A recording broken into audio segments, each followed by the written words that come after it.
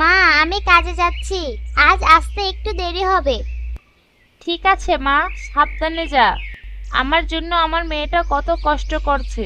আল্লাহ, তুমি আমার মেয়েটাকে অনেক ভালো রেখো। কিরে, তোর কাজে আসতে এত দেরি হলো কেন? মেন সাহেবা, আমার বাড়িতে আমার মা অনেক অসুস্থ, তাই একটু দেরি হলো। আচ্ছা, আর যাতে দেরি না হয়। এখন তোর বড় সাহেবকে এক কাপ চা বানিয়ে দিয়ে আয়।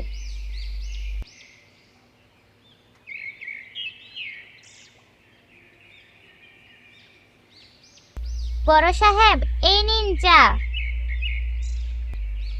রুনিয়া, এই রুনিয়া।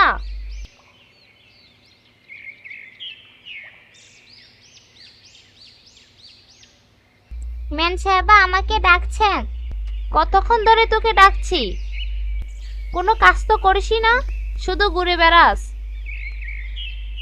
এই নে, আমার জামা কাপড়গুলো ধুয়ে আন।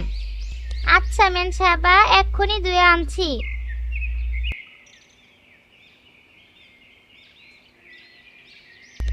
এ কি, এই উন্নাটা ছিল কিভাবে? মেন সাহেবা যদি দেখে, তাহলে তো আমাকে মেরেই ফেলবে।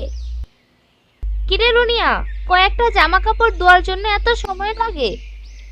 একই, আমার শখের ওড়নাটা তুই ছিঁড়ে ফেললি? না মেন সাহেবা, আমি ছিঁড়িনি। কি হয়েছে, এত চেঁচামেচি করছো কেন? এই দেখো, রুনিয়া আমার ওড়নাটা ছিঁড়ে ফেলেছে। কি, তোর এত বড় সাব্বাস! আমার বউয়ের ওড়নাটা তুই ছিঁড়ে ফেললি? এই নে। একই, ও তো পড়ে গেল, এখন আমাদের কি হবে? মানুষ যদি জেনে যায়, তাহলে তো আমাদের জেলে নিয়ে যাবে। মানুষ জানার আগেই ওকে জঙ্গলে কবর দিয়ে আসি। পানি, পানি। একই, ও তো মারা যায়নি, ওকে হাসপাতালে নিয়ে যাও। ওকে হাসপাতালে নিয়ে গেলে ও সুস্থ হয়ে সবার কাছে বলে দেবে। এর চেয়ে ভালো আমরা ওকে জিন্দা কবর দিয়ে দেই। আচ্ছা ঠিক আছে, এখন ওকে লুকিয়ে রাখো, রাতে নিয়ে জঙ্গলে পুঁতে দেব।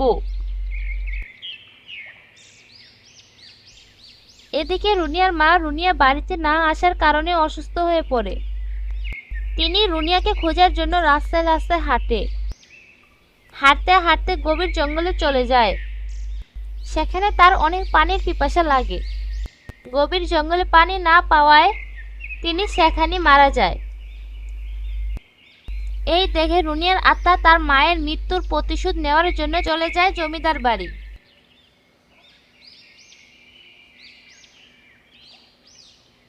তোদের জন্য আজ আমার মা পানি পানি বলে দুনিয়া থেকে বিদায় নিয়েছে। আমিও তোদের এই জমিদার বাড়ির ছাদ থেকে ফেলে মারবো। আজ তোর শেষ দিন, এখান থেকে আমাকে ফেলে মেরেছিস, আজ তোকে এখান থেকে ফেলে আমি মারবো। একই, আমার গলা টিপে কে ধরেছে? ছাড় বলছি, ছাড়। কিরে, আমাকে চিনতে পারছিস না? রুনিয়া, তুই ভূত! ভূত!